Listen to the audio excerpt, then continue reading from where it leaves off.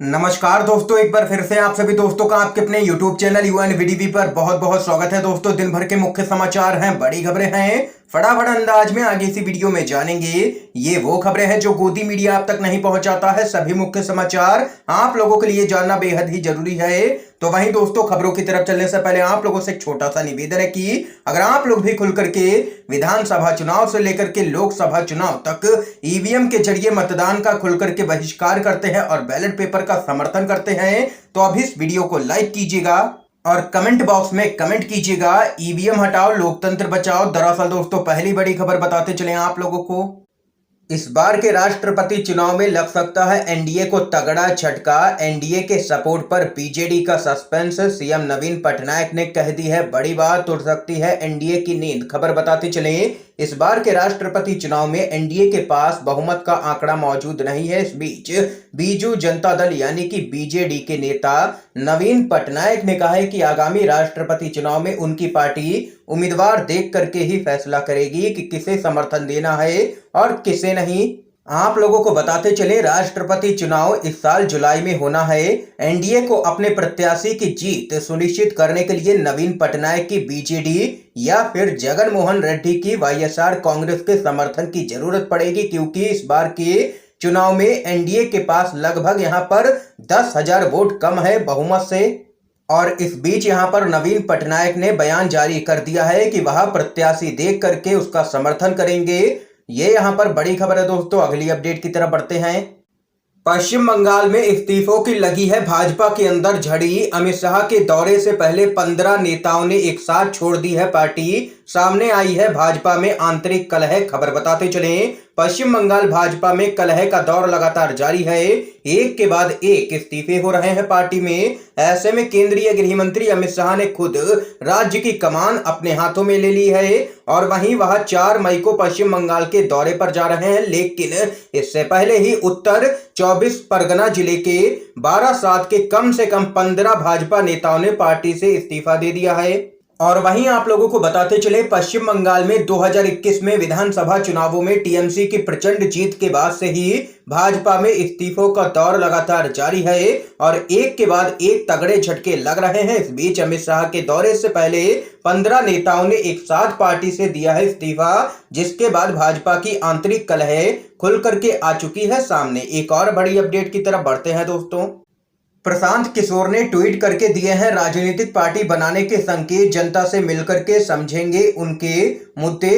हाल ही में हुए 5 राज्यों के विधानसभा चुनाव में कांग्रेस को हार का सामना करना पड़ा, जिसके बाद से पार्टी में फेरबदल की बात हो रही थी। इस बीच खबर आई कि राजनीतिक रणनीतिकार प्रशांत किशोर कांग्रेस में शामिल हो सकते हैं। पार्टी और उनके बीच में कई दौर की बातचीत भी हुई, लेकिन सहमति नहीं बन पाई। इसके बाद पीके ने ऐलान किया था कि वो कांग्रेस में नहीं जाएंगे। अब उनके एक ट्वीट ने राजनीतिक गलियारों में खलबली मचा दी है। प्रशांत किशोर ने ट्वीट कर लिखा है कि लोकतंत्र में एक सार्थक भागीदार बनने और जन समर्थक नीति को आकार देने में मदद करने की मेरी उतार चढ़ाव भरी यात्रा रही है और अब मुद्दों को बेहतर ढंग से समझने के लिए रियल मास्टर यानी कि जनता के पास जाने का समय आ गया है। उन्होंने अंत में लिखा है कि इसकी शुरुआत बिहार से होगी। इसके बाद से राजनीतिक गलियारों में तरह तरह के कयास लगाए जा रहे हैं और कहा तो यहां तक जा रहा है कि प्रशांत किशोर जल्द ही अपनी एक नई राजनीतिक पार्टी बनाने का ऐलान भी कर सकते हैं। इसके साथ ही एक और अपडेट की तरफ चलते हैं। यूनिफॉर्म सिविल कोड, असम के मुख्यमंत्री को सीपीएम की फटकार। खबर बताते चले, सीपीएम के सीनियर नेता और पूर्व सांसद हन्नान मौला ने यूनिफॉर्म सिविल कोड यानी कि यूसीसी के सिलसिले में असम के सीएम के बयान पर उन्हें फटकार लगाते हुए कहा है कि यूसीसी की आड़ में आरएसएस बीजेपी देश के अल्पसंख्यकों को टारगेट कर रही है। दरअसल दोस्तों, असम के मुख्यमंत्री हिमंत बिस्वा शर्मा ने गुवाहाटी में एक विवादित बयान में कहा था कि मुस्लिम महिलाएं नहीं चाहेंगी कि पति 3 पत्नियां लाए। शर्मा के मुताबिक यूसीसी की मांग मुस्लिम महिलाओं की ओर से हुई है। उन्होंने कहा है कि यह मेरा मुद्दा नहीं है, यह मुस्लिम महिलाओं का मुद्दा है। सीपीएम के नेता हन्नान मौला ने कहा है कि आरएसएस और बीजेपी के नेता आए दिन जानबूझ करके ऐसी फर्जी और झूठी बातें लोगों को गुमराह करने के लिए कहते हैं, जिससे देश का माहौल खराब हो जाए। ये यहाँ पर दोस्तों लगातार देश भर में यूनिफॉर्म सिविल कोड को लेकर के बवाल मचा हुआ है। इसके साथ ही एक और बड़ी खबर आ रही है सामने, बताते चलें। जेल में बंद लखीमपुर खीरी हिंसा के आरोपी आशीष मिश्रा को 4 कूलर मिलने का हुआ है बड़ा खुलासा।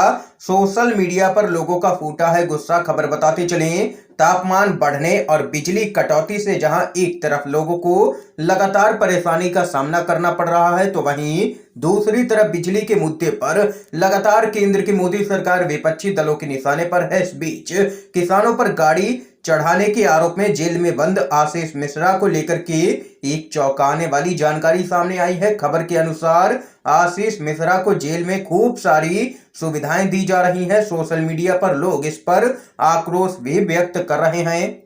पत्रकार संजय शर्मा ने अखबार में छपी खबर को शेयर किया है, जिसमें लिखा है कि जिस बैरक में आशीष मिश्रा को रखा गया है उसमें 4 कूलर लगाए गए हैं। गृह राज्य मंत्री अजय मिश्रा टेनी के पुत्र आशीष मिश्रा का खाना भी घर से आता है, जो कि जेल के नियमों का खुला उल्लंघन है। इतना ही नहीं, आशीष मिश्रा खुद के लिए बाहर से पान भी मंगवाता है। और इस खबर को शेयर करते हुए संजय शर्मा ने लिखा है कि गर्मी भी कम थोड़े ही है, बाप के मंत्री होने की गर्मी है, खुद के गुंडे होने की गर्मी है, सरकार खुद होने की गर्मी है।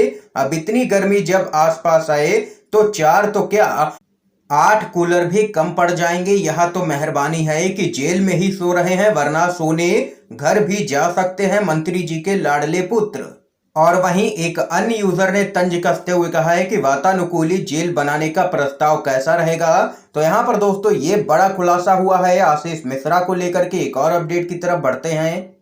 यति नरसिंहानंद का एक बार फिर से विवादित बयान। बोला, सनातन धर्म बचाने के लिए हिंदू पैदा करें अधिक बच्चे, वरना 2029 के बाद बनेगा गैर हिंदू पीएम। खबर बताते चलें, अखिल भारतीय संत परिषद के राष्ट्रीय संयोजक एवं जूना अखाड़े से जुड़े यति नरसिंहानंद ने एक बार फिर से बड़ा ही विवादित बयान दे दिया है और कहा है कि देश को हिंदू विहीन बनने से रोकने के लिए हिंदुओं को अधिक संख्या में बच्चे पैदा करने चाहिए। उन्होंने कहा है कि गणितीय गणना बताती है कि 2029 के बाद प्रदेश में हिंदू मुख्यमंत्री व देश में गैर हिंदू प्रधानमंत्री बन जाएगा।